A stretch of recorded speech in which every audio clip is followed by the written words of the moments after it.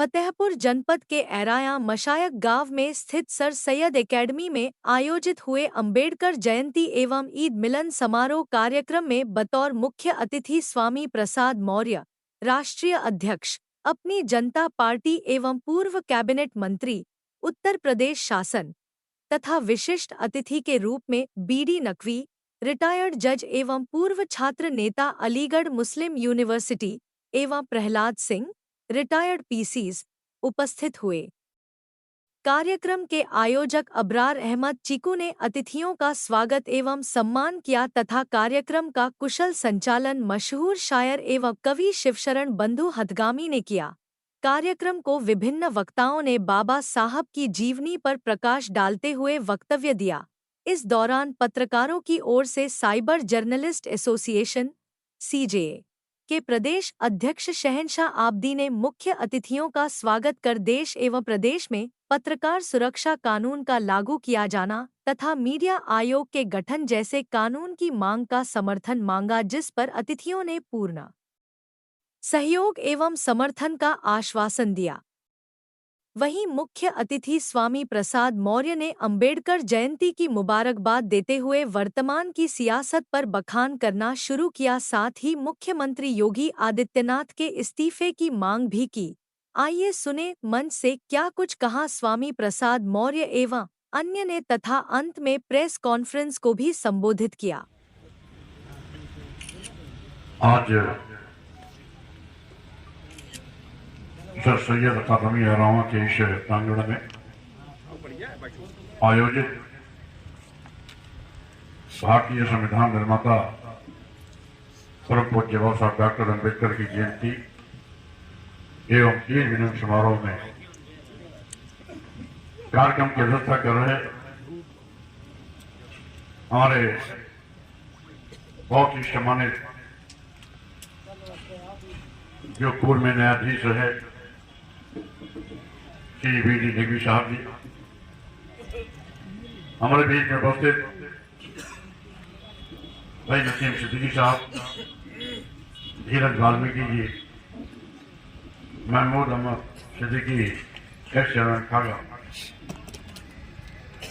हमारे राष्ट्रीय कार्य समिति के सदस्य भाई सुरेंद्र कुमार मौर्य जी, जिला अध्यक्ष भाई राजकुमार कोरी जी, पूर्व में जिला पंचायत भाई अखिलेश जी, भाई लक्षराज जी, भाई देवी मौर्य जी, कार्यक्रम के मुख्य आयोजक भाई अबरार अहमद चीकू भाई, यहाँ पर उपस्थित प्रधान भाई फरमान जी, श्री बालाजी, प्रधान भाई मोहम्मद अहमद जी, मिसबाहुल हक जी, दिलशाद जी एवं उपस्थित पत्रकार साथियों, जैसा कि आज पूरे देश में, यूं कह लीजिए कि पूरे विश्व में बाबा साहब डॉक्टर अम्बेडकर की जयंती मनाई जा रही है, इसलिए इस ऐतिहासिक पर्व पर सबसे पहले मैं आप लोगों को बहुत बहुत मुबारकबाद देता हूं, शुभकामनाएं देता हूं, बधाई देता हूं। साथियों, आप जानते हैं कि बाबा साहब डॉक्टर अम्बेडकर इस दुनिया के सबसे बड़े विद्वान होने का गौरव प्राप्त किया। अपने समय में दुनिया के सबसे बड़े विद्वान होने का उन्हें महारत गौरव मिला था, लेकिन इस देश की जो जाति व्यवस्था है, इसमें कदम कदम पर उनको अपमान के कड़वे रूप पीने पड़े। साथियों, आप जानते हैं इस देश में जाति पात, छुआछूत, ऊंच नीच, भेदभाव एक अभिशाप बन चुका है। ये एक ऐसा सामाजिक कैंसर है जिससे पूरा हमारा समाज पीड़ित रहता है। भारतीय संविधान ने उस कैंसर को खत्म करने की कोशिश की।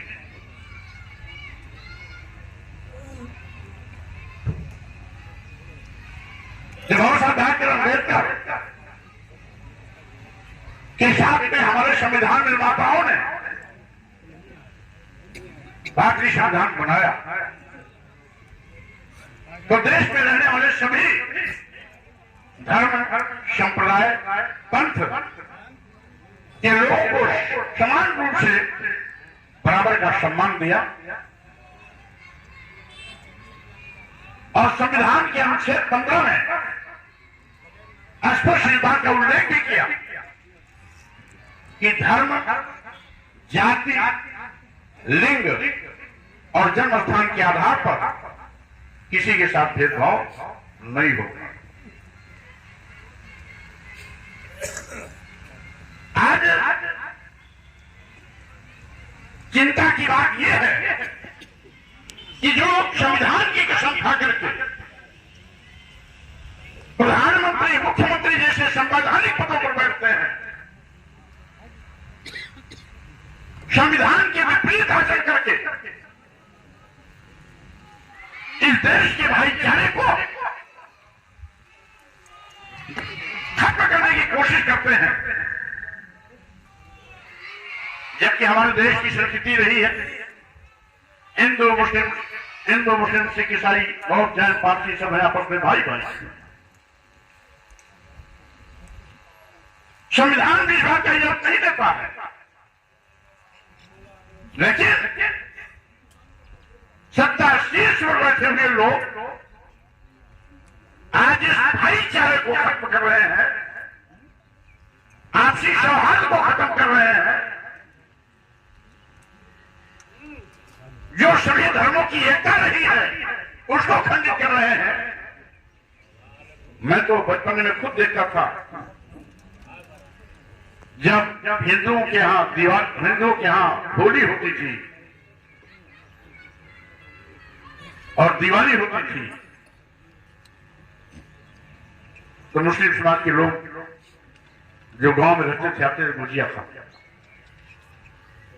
और जब मुस्लिम समाज के यहाँ ईद पड़ती थी तो हिंदू समाज के लोग जाते थे, उनसे गले मिलते थे और सवैया आती थी। आज नफरत की खेती करने वाले लोग इस भाईचारे का कत्लेआम कर रहे हैं। ये जबकि भारतीय संविधान के पहले हजारों साल तक हमारा देश गुलाम इसीलिए रहा क्योंकि भारत के लोग कभी एक नहीं थे, बटे थे, जातियों में बटे थे। कोई ऊंच था, कोई नीच था, कोई छूट था, कोई अछूत था। तो जात पात छुआछूत उस नीच की जो ये यहां पर विषमता रही है, वो सदैव इस देश के लिए हमेशा अभिशाप के रूप में काम किया। इस देश में धर्म के नाम पर कुछ चंद चतुर लोगों ने अपने वर्चस्व को सर्वोपरि बनाए रखने के लिए और सबको नीच बना दिया। क्या धर्म इस बात की अनुमति देता है? धर्म इस बात की अनुमति कतई नहीं देता कि आप इंसानियत का कत्लेआम करो। धर्म कतई इस बात की इजाजत नहीं देता कि आप किसी को नीच कहो, किसी को छूत और छूत कहकर के उसका गिरफ्तार करो। धर्म तो गले लगाता है, कोई भी धर्म हो, वो मानव कल्याण के लिए होता है। अगर मानव कल्याण के लिए नहीं है वो धर्म नहीं है, वो अधर्म है। सभी धर्मों का मकसद इंसानियत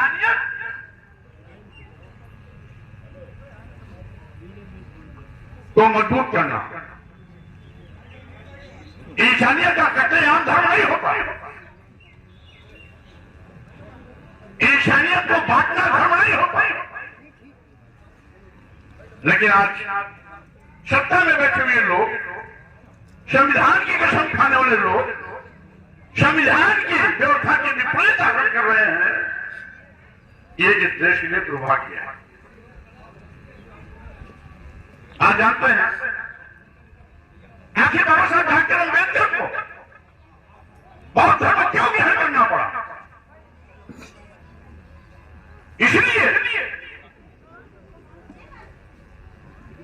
कि इस देश में विद्यार्थी जीवन से लेकर के हर छोर पर उनको अपमान के कड़वे घूट पीने पड़ते थे। इस सामाजिक व्यवस्था के चलते स्कूल में भी अनादर किया गया। जमीन पर बैठने के लिए अपने घर से बोरा ले जाना पड़ता था। पानी पीने के लिए भी कोई उनको बर्तन नहीं छूने देता था। आने जाने में कहीं बैलगाड़ी से आने जाने जरूरत पड़ती थी तो ये दलित है इसलिए नहीं बैठाते थे।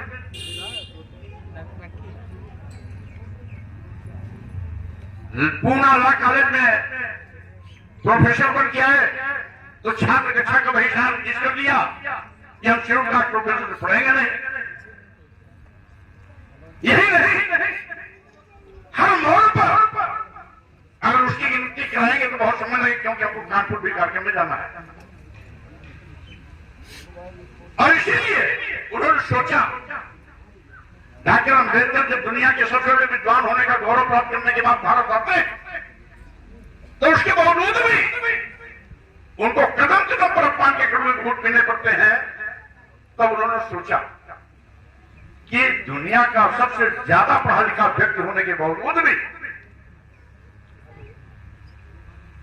भारत में मेरे साथ ये बदसलूकी होती है, तो जिस गांव में मैं पैदा हुआ हूं, जिसके शरीर पर कपड़े नहीं है, दो वक्त की रोटी नहीं है, स्कूल जाने का मौका नहीं मिला है, फटे चित्रों में रहते हैं, उनके साथ कितना बड़ा दुर्व्यवहार होता होगा इसका अंदाजा नहीं लगाया जा सकता। इसी से परेशान होकर उन्होंने कहा मैं हिंदू धर्म में पैदा हो गया, ये मेरे बस में नहीं था, लेकिन मैं हिंदू होकर नहीं बनूंगा, ये मेरे बस में है। और इसीलिए 1956 में नागपुर की दीक्षा भूमि पर बौद्ध धर्म करके इस देश के बहुजन समाज को इशारा कर दिया कि तुम्हारे सम्मान और स्वाभिमान का रास्ता बुद्ध के रास्ते पर जाता है। तो खुशी खुशी अपना घर नहीं छोड़ता, खुशी खुशी किसी का घर मड़ही का हो तो मड़ही भी नहीं छोड़ता। अगर कोई धर्म छोड़ रहा है तो समझ लीजिए वो कितना व्यथित था अपमान से। डॉक्टर अम्बेडकर के साथ जो बदसलूकी हुई उससे व्यथित होकर के उनको ये करना पड़ा। और यही नहीं साथी, गुरु नानक ने भी सिख धर्म क्यों इजाद किया? इसलिए कि जब तक वो हिंदू थे जात पात छुआछूत ऊंच नीच और विषमता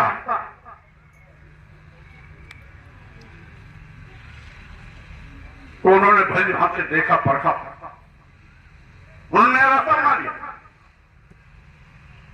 कभी यहां पर भगवान महावीर है क्या है?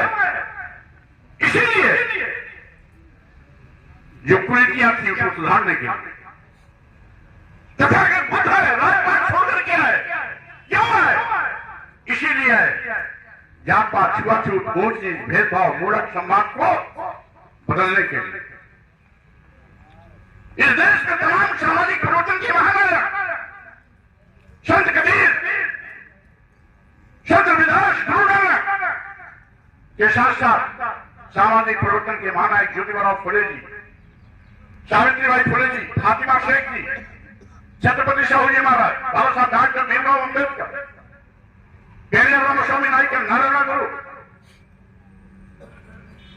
मानवर कांशीराम साहब, रामशिव वर्मा जी, पेरियार लड़ई सिंह यादव जी, आज याद इन लोगों ने जिंदगी संघर्ष किया।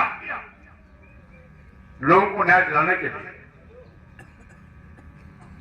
सबको बराबर का सम्मान मिले इस बात के लिए। और साथियों, यही कारण है कि समय समय पर धर्म परिवर्तन होता रहा। इस देश का मुसलमान, इस देश का ईसाई, इस देश का सिख, इस देश का बौद्ध, इस देश का जैन कोई विदेशी नहीं है, कोई बाहर से नहीं आया है।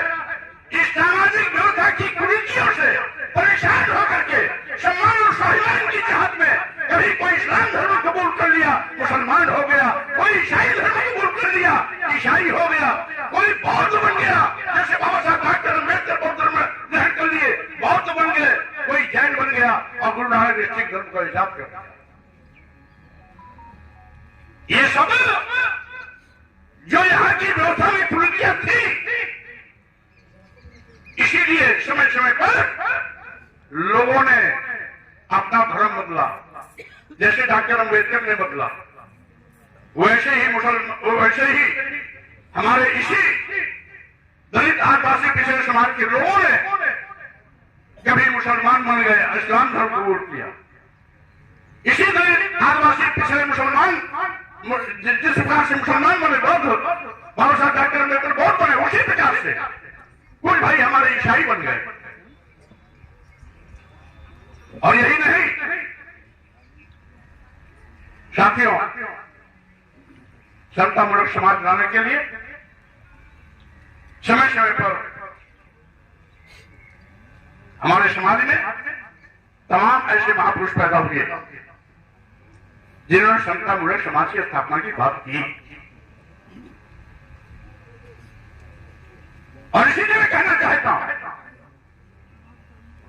लोग धार्मिक उन्माद में अपने वर्चस्व को बनाए रखने के लिए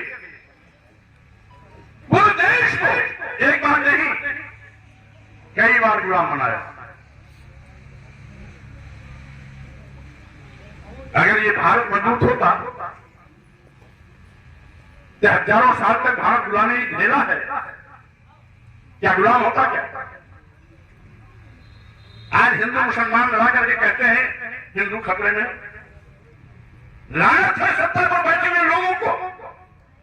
1100 साल तक यहां पर मुस्लिम शासक रहे, तो 1100 साल तक मुस्लिम शासक के जमाने में हिंदू सुरक्षित था।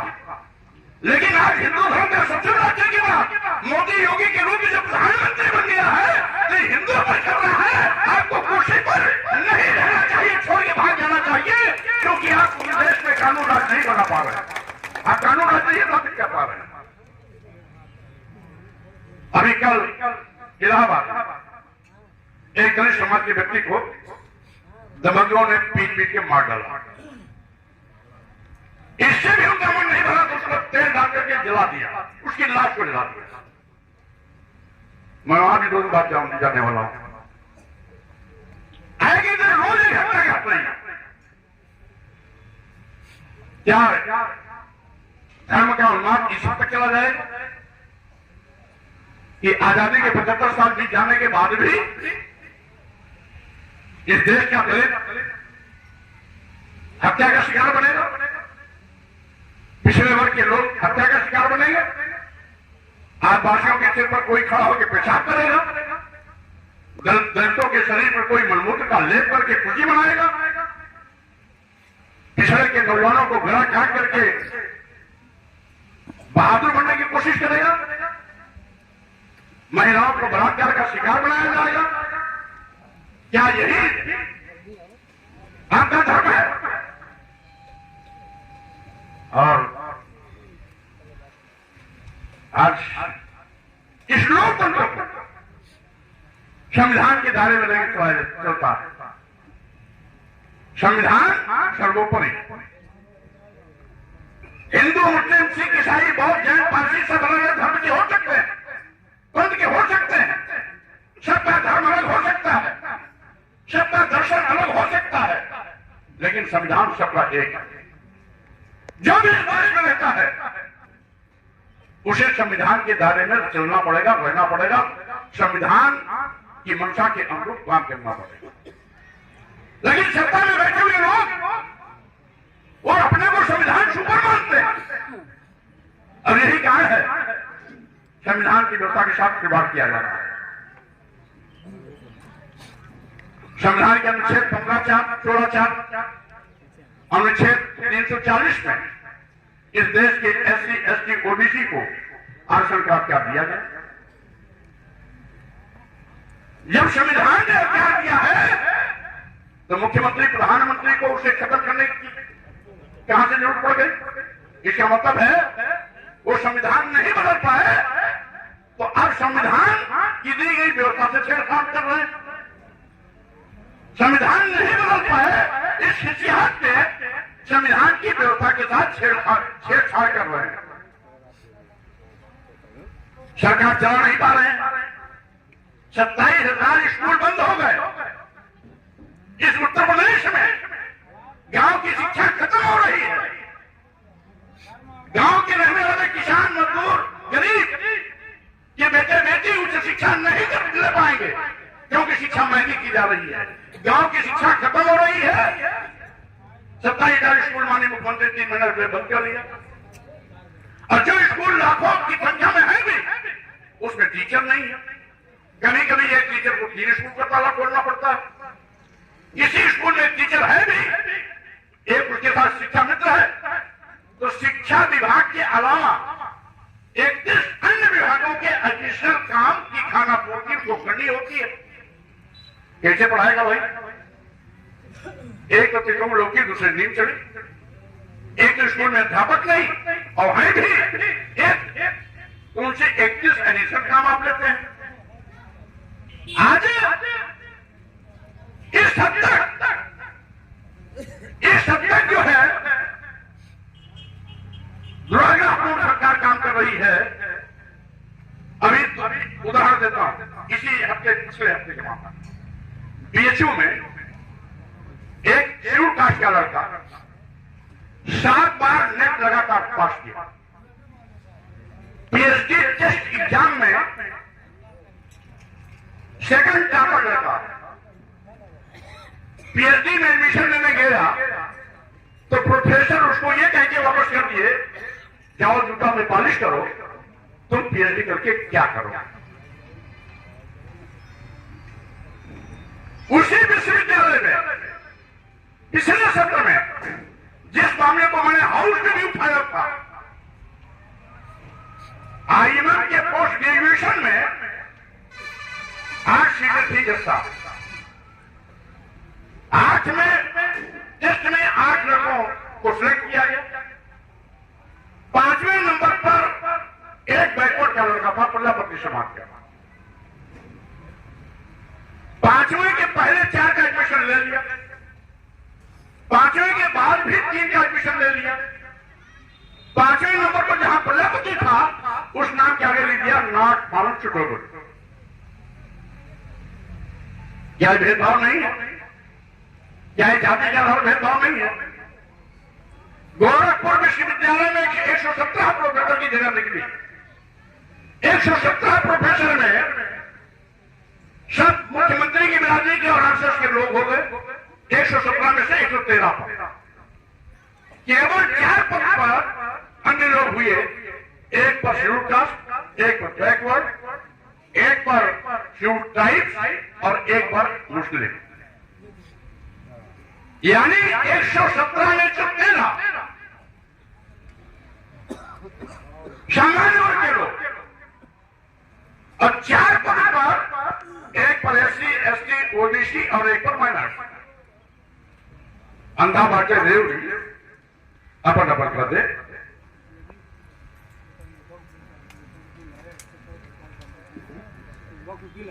हाँ ओके।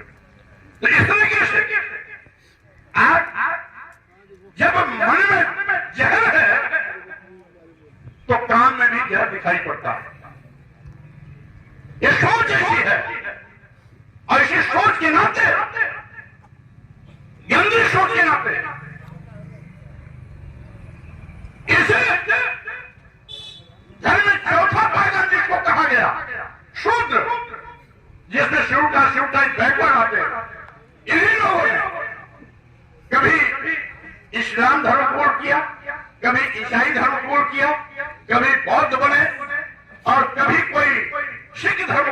कर दिया, ये गलतियों के चलते, दोष के चलते आज भी नहीं सुधारने की कोशिश कर रहे। एक बार मैंने इस पर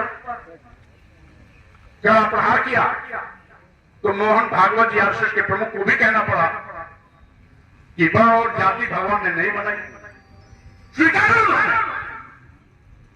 लेकिन जमीन पर अमली जामा देने में सबको बड़ी कष्ट होती है, बड़ी पीड़ा होता है। आज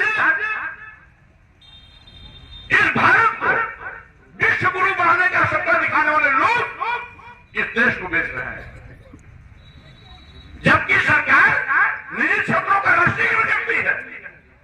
ये पहली सरकार है जो राष्ट्रीय संपत्ति, राष्ट्रीय विभाग को, सरकारी विभाग को निजी क्षेत्रों में दे रही है। देश के सभी बंदरगाह बेच दिए, एयरपोर्ट बेच दिया, एयर इंडिया बेच दिया, सभी रेलवे स्टेशन बेच दिया, सभी 2 दर्जन ट्रेनें दे दी और LIC जैसी बड़ी संस्था दे दी और सभी संस्थाएं लाभ में थी। किसको दे दिया? अपने निजी चाहते उद्योगपतियों को, अदानी अंबानी एंड कंपनी को। नौजवान की नौकरी के लिए कहते हैं सरकारी नौकरी बंद हो गई, क्यों? कहते हैं वेतन देने के लिए पैसा नहीं, नौजवान को रोजगार नहीं, करोड़ों बेरोजगार, आज करोड़ों नौजवान बेरोजगार हो गए क्योंकि नौकरी नहीं। सरकार कहती नौकरी में वेतन देने के पैसा नहीं, पुरानी पेंशन बहाल करने के नाम पर कहती पैसा नहीं, किसानों को कर्जा माफी के लिए कहती पैसा नहीं, और गरीबी खत्म करने पर अंकुश लगाने के लिए कहती है, महंगाई पर रोक लगाने की बात चलती है तो कहते हैं पैसे का भाव। लेकिन अदानी अंबानी और कुछ उद्योगपतियों का ऋण माफ करने के लिए, बैंक लोन माफ करने के लिए 45,000 करोड़ रुपए एक कदम से 1 मिनट में मोदी जी ने ओके कर दिया। आखिर मैं पूछना चाहता हूं, माननीय प्रधानमंत्री जी, आप देश के प्रधानमंत्री, माननीय मुख्यमंत्री जी, आप पूरे उत्तर प्रदेश के मुख्यमंत्री, आप हिंदू के मुख्यमंत्री नहीं, एक संप्रदाय के मुख्यमंत्री नहीं। इस उत्तर प्रदेश में जो भी हिंदू, मुसलमान, सिख, ईसाई, बौद्ध, जैन पार्टी रहता है, सबके मुख्यमंत्री। उसी प्रकार से माननीय प्रधानमंत्री जी, इस देश में आप सभी धर्म, संप्रदाय, पंथ के लोगों के प्रधानमंत्री हैं। इस देश के सभी भारतीयों के प्रधानमंत्री हैं, केवल अदानी और अंबानी के प्रधानमंत्री आप नहीं। जिसने आपको प्रधानमंत्री बनाया वो देश की जनता के आप प्रधानमंत्री हैं। देश की जनता की जवाबदेही को सुनिश्चित करने के बजाय आप केवल 2 पूंजीपतियों की केवल तिजोरी भरने में लगे हुए हैं। ऐसे देश चलेगा? इसीलिए हमारा संपूर्ण राष्ट्र बना था, इसीलिए लाखों लोग इस देश की आजादी के लिए अपनी पूरी जिंदगी नछावर कर दिए थे।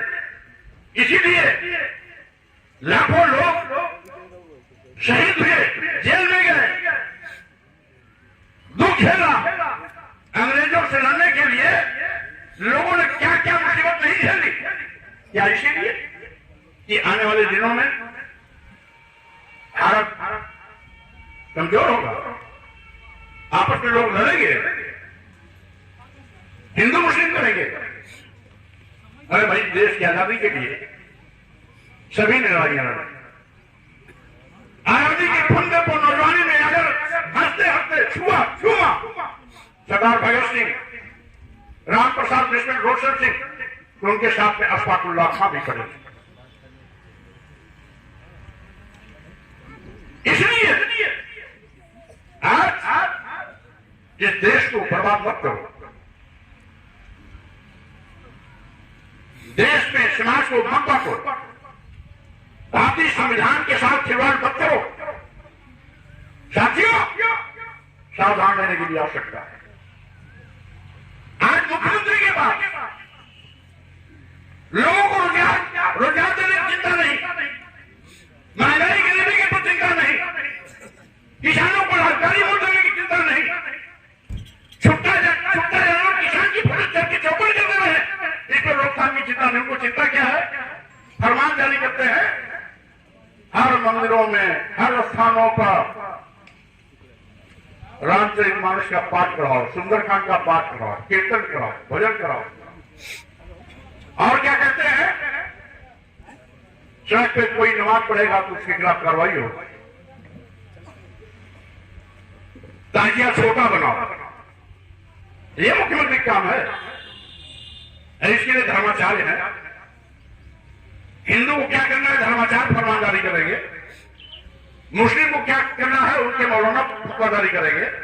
आप तो लोग फतवादारी करने वाले, जो काम आपको दिया गया वो तो कर नहीं पा रहे हो। आपके निगमितपन के चलते 27 प्राथमिक स्कूल बंद हुए। सही माने में नैतिकता के आधार पर तो आपको मुख्यमंत्री की कुर्सी छोड़ देनी चाहिए।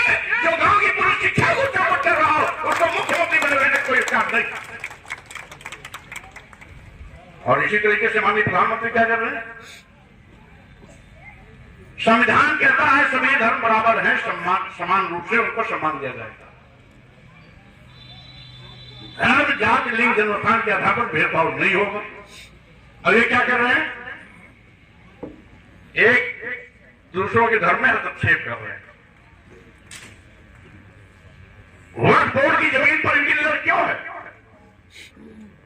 क्योंकि वक्फ बोर्ड के पास जो अकूत जमीन संपत्ति है उसको ये अपने चहतों में बंदरबांट करना चाहते हैं। आज भाजपा के बड़े नेताओं को देना चाहते हैं। जिस तरीके से देश के सभी बंदरगाह, एयरपोर्ट, एयर इंडिया, सभी रेलवे स्टेशन और कई बदलते में LIC अदानी अंबानी को दे दिया, उसी प्रकार से ये जमीन भी, वक्फ बोर्ड की जमीन भी अपने चहते उद्योगपतियों को बांटना, आवंटित करना चाहते हैं। मैं इसका विरोध करता हूं, मेरी पार्टी भी इसका विरोध करती है। ये संविधान की मंशा के विपरीत काम है और धर्म में किसी के धर्म में दखल देने का भी प्रधानमंत्री को क्या नहीं है, संविधान की इजाजत नहीं देता है। कल मैं संविधान समान जनहित हुंकार यात्रा के माध्यम से कानपुर में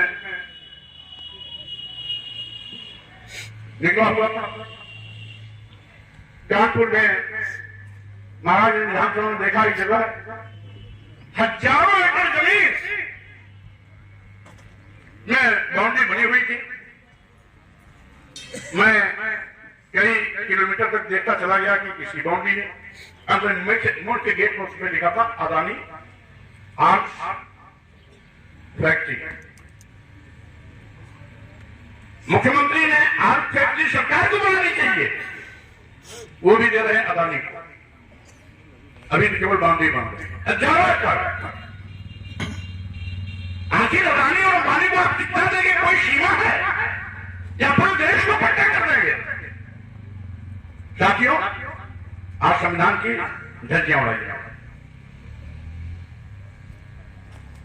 इसीलिए आज अभी क्या हुआ, एक कोई सेना है, कौन सी सेना कहते हैं, करणी सेना। मुख्यमंत्री आगरा मौजूद है, करणी सेना आगरा में रामविलास पासवान के घर पर हमला बोल रही है और सरकार मुखदर्शी बनी हुई है। क्या ये मुख्यमंत्री के कानून व्यवस्था की चुनौती नहीं है क्या? 4 दिन पहले नारी सुप्रीम कोर्ट ने भी कहा उत्तर प्रदेश में कानून व्यवस्था नाम की कोई चीज नहीं है, पूरा प्रदेश जंगलराज बन गया। क्या ये शर्म की बात नहीं है क्या? मुख्यमंत्री की मौजूदगी में करणी सेना के नाम पर गुंडे, माफिया, अपराधी, मवाली, अरे कब तो एक सांसद के घर पर हमला बोल रहे हैं। मैं पूछना चाहता हूं, अगर रामविलास सुमन ब्राह्मण होते तो क्या करणी सेना उनके घर पे हमला बोलती क्या? रामविलास सुमन अगर ठाकुर होते तो क्या करणी सेना उनके घर पे हमला बोलती क्या? रामविलास सुमन के घर पे इसलिए हमला बोला कि वो दलित हैं, इसलिए उनके हौसले बोल रहे। कल भी वहां पर हजारों की तादाद में कोई फाड़ा लिए, कोई बर्छी लिए, कोई तलवार लिए, जो अंदर ना छोड़ रहा था। क्या यही कानून होता है क्या? क्या गुंडागर्दी से सरकार चलाना चाहते हो क्या? क्या संविधान को खत्म करके राजपाट करना चाहते हो क्या? ये संविधान का खिलाफ वोट रहे हैं। और अभी वाल्मीकि जी ने कहा धीरे धीरे कि बाबा साहब डॉक्टर अम्बेडकर ने कहा था, आपने कहा था या एसडीएम साहब ने कहा?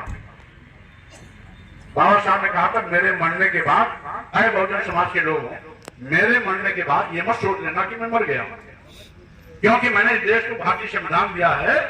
जब तक संविधान रहेगा तब तक अम्बेडकर जिंदा रहेंगे, ये बाबा साहब डॉक्टर अम्बेडकर ने कहा।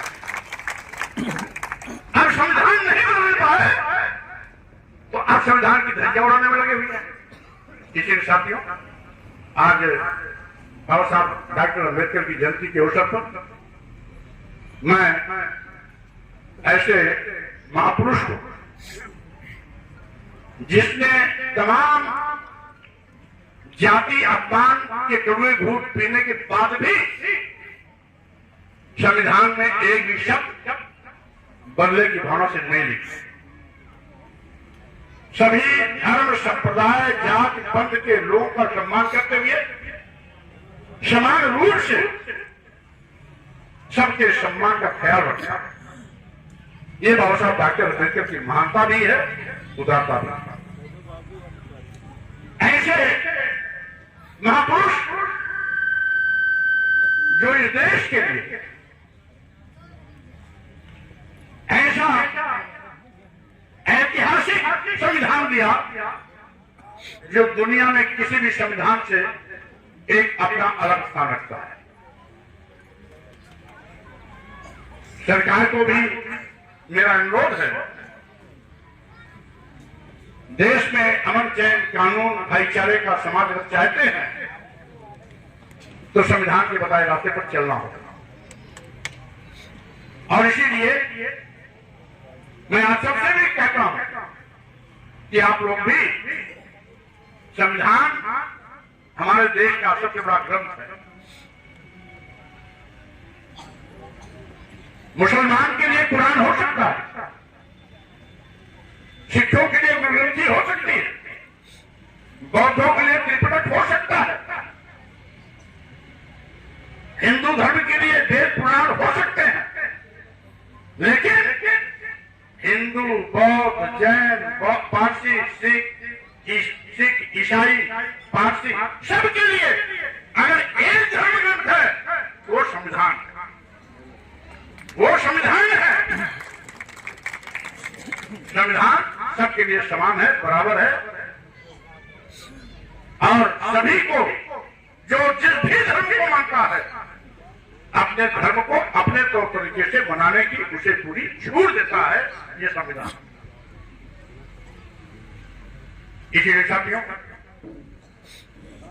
आज के अवसर पर मैं जीतू भाई जी को, जो जज साहब के मार्फत इस कार्यक्रम में मुझे आमंत्रित किया है, उनको भी धन्यवाद देता हूं। आपको बाबा साहब की जयंती के अवसर पर शुभकामनाएं देता हूं। और बाबा साहब का संविधान ही होली और ईद जैसे त्योहार की इजाजत देता है कि सभी आपसी द्वेष भावना भूलकर, ये दो ऐसे मौके हैं कि आप लोग आपस में एक दूसरे गलभैया मिलिए, शिकवा शिकायत दूर करके भाईचारा का नाता जोड़िए और भाईचारे का समाज बनाइए। और भाईचारे का समाज बनेगा तो देश की तरक्की अपने आप होगी, देश ऊंचाइयों पर जाएगा और हम सभी लोग विकास की शिखर को छूने में कामयाब होंगे। इन्हीं शब्दों के साथ में मैं आप सबको ईद का मुबारकबाद देता हूँ, बाबा साहब के जन्मदिन की बहुत बहुत शुभकामनाएं देता हूँ और इन्हीं शब्दों के साथ अपनी बात को विराम देता हूँ, विदा देता हूँ। जय भीम, जय भारत, नमो बुद्धाय। बहुत बहुत धन्यवाद सर। महिलाओं के मसीहा बाबा साहब डॉक्टर B.R. अम्बेडकर जी की 134वीं जयंती की आप सबको बहुत बहुत शुभकामनाएं, हार्दिक बधाइयां। सर्वप्रथम में लॉर्ड बुद्धा बाबा साहब के चरणों में शीश नवाते हुए मंच पर बैठे हुए मुख्य अतिथि पूर्व कैबिनेट मंत्री माननीय श्री स्वामी प्रसाद मौर्य जी सर, विशिष्ट अतिथि श्री माननीय B.D. नकवी सर, पूर्व न्यायाधीश अबरार अहमद जी, टीकू भाई, संयोजक पूर्व चेयरमैन धागा महमूद अहमद कुरैशी जी, तथा उपस्थित सभी हमारे भाइयों, मुझे भी आज आपके बीच में आने का अवसर प्राप्त हुआ। हम लोग लखनऊ से चल करके यहाँ आए हैं, यहाँ से लोग लखनऊ जाते हैं, बड़े बड़े कार्यक्रम लखनऊ में हो रहे हैं। लेकिन मैं माननीय मंत्री जी, मेरा कर्म क्षेत्र रहा, मैं यहाँ 3 साल रहा हूँ और मैं तीनों तहसीलों में रहा हूँ, यहाँ की जनपद की तीनों तहसीलों में रहा हूँ। खागा में भी रहा, बिंदगी और सदर में भी रहा। तो यहाँ अक्सर हम आया करते हैं, बागा जाते हैं। साथियों, क्योंकि समय कम है, माननीय मंत्री जी को भी विभिन्न कार्यक्रमों में प्रतिभाग करना है, मुझको भी करना है। हथगाम, फतेहपुर 2 कार्यक्रमों में मेरे को जाना है। सही बात तो यह है कि बाबा साहब का चरित्र, व्यक्तित्व कितना महान है, उनका कृतित्व कितना ज्यादा है कि उसको बहुत कम शब्दों में बोल पाना, या तो यही कह दिया जाए कि हम जो कुछ हैं उन्हीं के नाते हैं, और इसके बाद हाथ ताली बजा के बढ़ा गया। किंतु बात इतने से नहीं बनती, साल भर हम लोग प्रतीक्षा करते रहते हैं इस दिन का।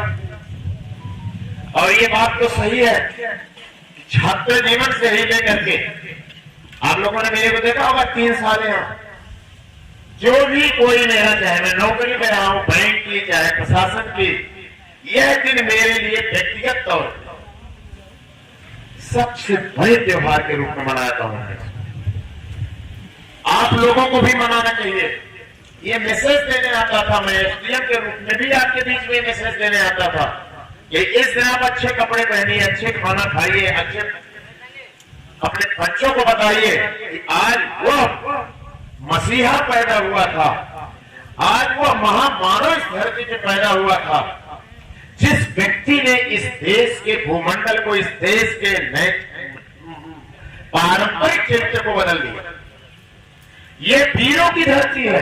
पूरी दुनिया में इतना अच्छा देश किसी के पास नहीं है जिसमें जाड़ा, गर्मी, बरसात, शीतकाल, बसंतकाल, दुनिया भर की चीजें मिलती हो। एक ऐसा देश ये है जिसको पूरे महाद्वीप की तरह से बना दिया है, प्रकृति ने बना दिया। कहीं ठंडी ही ठंडी है, कहीं गर्मी ही गर्मी है। यहाँ आप 6 ऋतु वो पाते, 3 तो ऋतुएं हैं और मौसम बदलते रहते हैं। आप इतना बढ़िया मुल्क है, अच्छे लोग हैं, ज्ञान विज्ञान है, हम किसी मामले में कम नहीं है।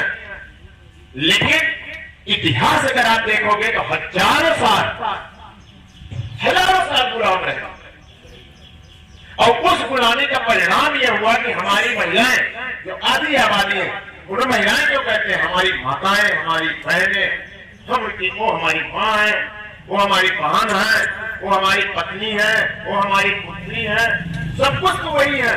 इस सृष्टि को, इस जीवन को देने वाली वो है। उनको 50% को कट ऑफ कर दिया। स्त्री शूद्रो नधीयतानिति सुटे, ये कह दिया गया कि स्त्री और शूद्र को पढ़ने का अधिकार ही नहीं। ये वो देश, और शूद्र कौन होता है, स्त्री कौन होता है? स्त्री तो सारे के घर की हो गई, और शूद्र में आ गया जो ब्राह्मण ना हो, जो क्षत्रिय ना हो, जो वैश्य ना हो, शूद्र है। ये बड़ा स्पष्ट परिभाषा है। जो कुछ भी कहा जाए उनके बारे में वो कम, क्योंकि वो समाज से आए थे जहां इंसानों को इंसान नहीं समझा जाता था। हमारे इतिहास में बराबरी नहीं, न्याय का कोई कंसेप्ट नहीं था कि न्याय भी कोई चीज है। कुछ लोगों को जुल्म करने का अधिकार, कुछ लोगों को पैसा लूटने का अधिकार, कुछ लोगों को हुकूमत करने का अधिकार। इस चश्मे को उतार दीजिए कि 1000 साल में किसने हुकूमत की, मुगल हुकूमत की, मुसलमानों ने हुकूमत की, सब देखा, क्योंकि उन्होंने समाज को नहीं बदला। समाज के गरीब आदमी पर जुल्म होता रहा, वो देखते रहे। मैं भी जहांगीरनामा पढ़ रहा था, उसमें जहांगीर लिखते हैं कि राजा भाऊमत की डेथ हो गई, उनकी 2 बेटियां थी और 5 रखेले थी, 7 को आग में फेंक दिया गया, 7 को आग में जला दिया गया। ये जुल्म था तो समाज के अंदर। अब आप समझिए कि हम किस समाज में हैं, हम कितने अच्छे समाज में हैं, कितने अच्छे दौर से गुजर रहे हैं, जहां अक्सर लोग बराबर हो चुके हैं और किसी को जुल्म करने का अधिकार नहीं है। इसलिए हम बात करें बड़े लोगों की, रिफॉर्मर्स की, अपने मसीहाओं की, लेकिन हम क्या करते हैं? समाज ये है, सवाल सबसे बड़ा हम क्या करते हैं? क्या हम गरीब की मदद करते हैं? क्या हम अपने पड़ोसी का ख्याल रखते हैं? क्या हम कोई तफरीक नहीं करते? इस बात को आज से सिस एकेडमी के स्कूल से ही पैगाम जाना चाहिए कि सब कमजोर लोगों ने एक साथ मिलजुल कर रहना सीख लिया है, तब सही मानों में इस प्रोग्राम का कोई मकसद होगा, कोई ऑब्जेक्ट होगा। आने का प्रयोजन बाबा साहब डॉक्टर भीमराव अंबेडकर जयंती आज न केवल भारत में बल्कि पूरे विश्व में बहुत ही जोश खरोश के साथ मनाया जा रहा है। और सर सैयद अकेडमी के इस प्रांगण में आज जिस तरीके से डॉक्टर अंबेडकर जयंती एवं ईद मिलन समारोह का कार्यक्रम रखा गया, इसमें चीकू भाई ने मुझे आमंत्रित किया और उपस्थित हुआ, क्योंकि बाबा साहब डॉक्टर अंबेडकर दुनिया के सबसे विद्वान थे। इस भारत को एक ऐसा संविधान दिया जो दुनिया के किसी भी देश के संविधान से सर्वश्रेष्ठ माना जाता है, और भारतीय संविधान के माध्यम से सभी धर्म, संप्रदाय, जाति और पंथ के लोगों को समान रूप से सम्मान दिया गया है, किसी के साथ कोई भेदभाव नहीं किया गया। सबसे बड़ी खासियत यह है कि बाबा साहब डॉक्टर अंबेडकर जिंदगी भर भेदभाव के शिकार होते रहे, जाति अपमान के कड़वे घूंट पीने पड़े, कदम कदम पर उनको शर्मिंदा होना पड़ा। लेकिन जब संविधान लिखने की जिम्मेदारी उनको मिली, तो जो उनके साथ भेदभाव हुआ था, उस भेदभाव को कहीं भी संविधान में उसकी बू नहीं आने पाई। उस दौर में और आज के दौर में आप क्या डिफरेंट देख रहे हैं? देखिए, सही मायने में इस लोकतंत्र में प्रतिनिधियों की जिम्मेदारी जनता के प्रति होती है।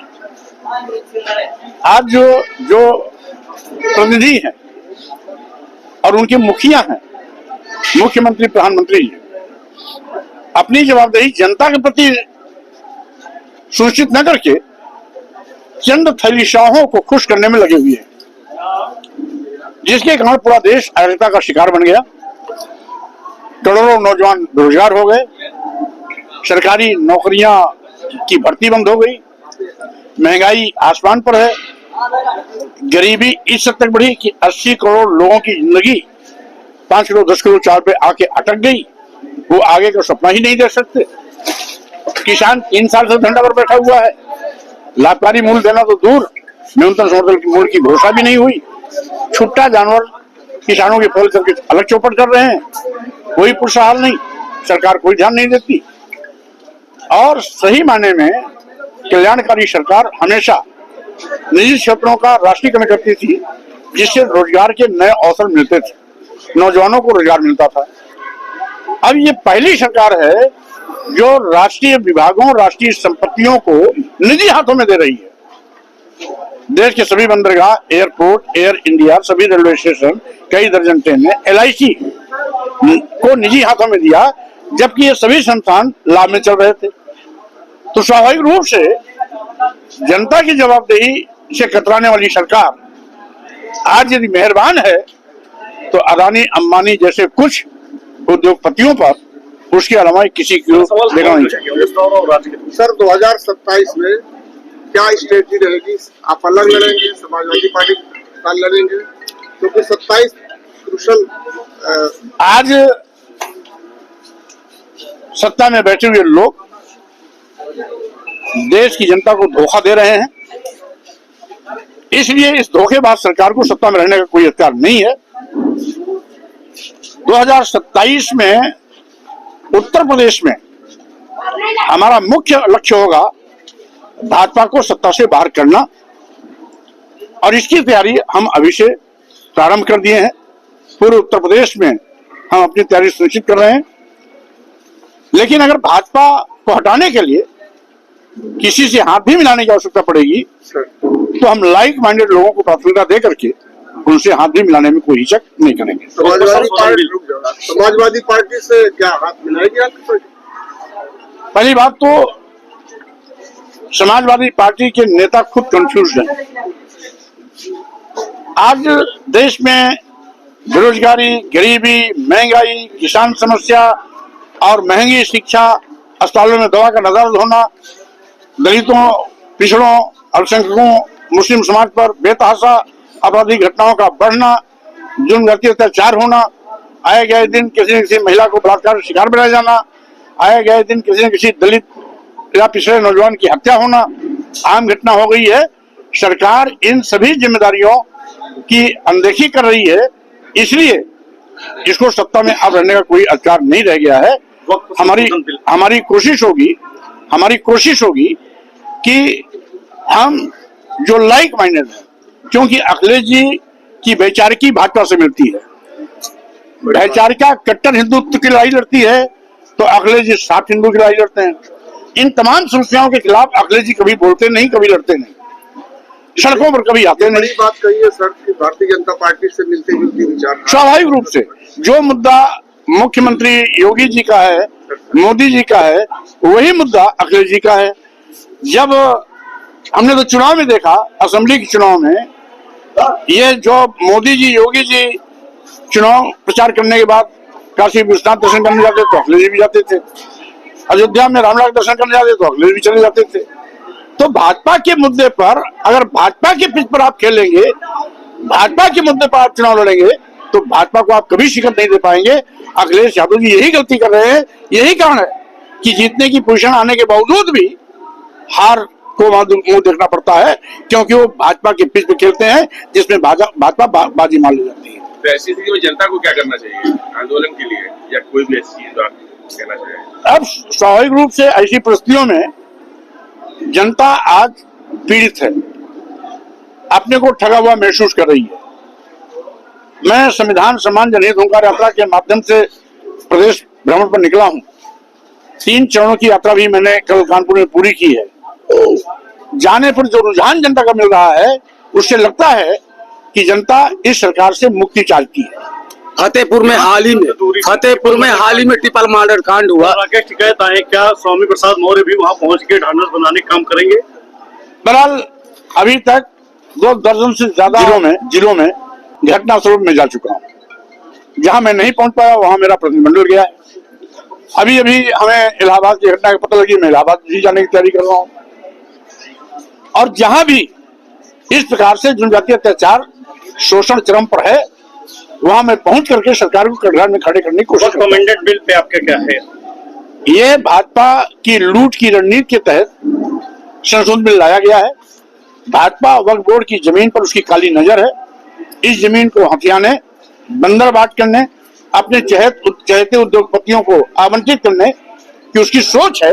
इसीलिए ये बिल लाया गया है, जिसका अपनी जनता पार्टी विरोध करती है। कानून व्यवस्था, पत्रकार संगठनों संबंधित है, पत्रकारों के हाल भी बहुत अच्छे नहीं। यदि आप शासन सत्ता में आते हैं तो पत्रकारों के स्वाभाविक रूप से मीडिया लोकतंत्र का चौथा स्तंभ हवा में है सर। स्वाभाविक रूप से इस सरकार में हवा में है, क्योंकि हमें जानकारी है कई पत्रकारों के खिलाफ भी मारपीट, खुल्लम-खुल्ला मारपीट हुई, कई के खिलाफ FIR हुई, किसी का उत्पीड़न हुआ, जो नहीं होना चाहिए। स्वाभाविक रूप से जब भी हम कभी सत्ता में आएंगे तो पत्रकारों को जो खुली छूट चाहिए, उनको स्वतंत्र निर्भीक पत्रकार आयोग के गठन की मांग करते हैं और पत्रकार सुरक्षा कानून की मांग करते हैं। आपका क्या समर्थन रहेगा? मैं आपके इस बात से पूरी तरह सहमत हूं। जब सबकी सुरक्षा आवश्यक है तो पत्रकारों की सुरक्षा होनी चाहिए। उत्तर प्रदेश में लॉ एंड ऑर्डर पर क्या कहना? जब 4 दिन पहले माननीय सर्वोच्च न्यायालय ने कह दिया कि उत्तर प्रदेश में कानून व्यवस्था नाम की कोई चीज नहीं है, पूरा प्रदेश जंगल राज बन गया है, तो अब कहने के लिए बचा क्या है?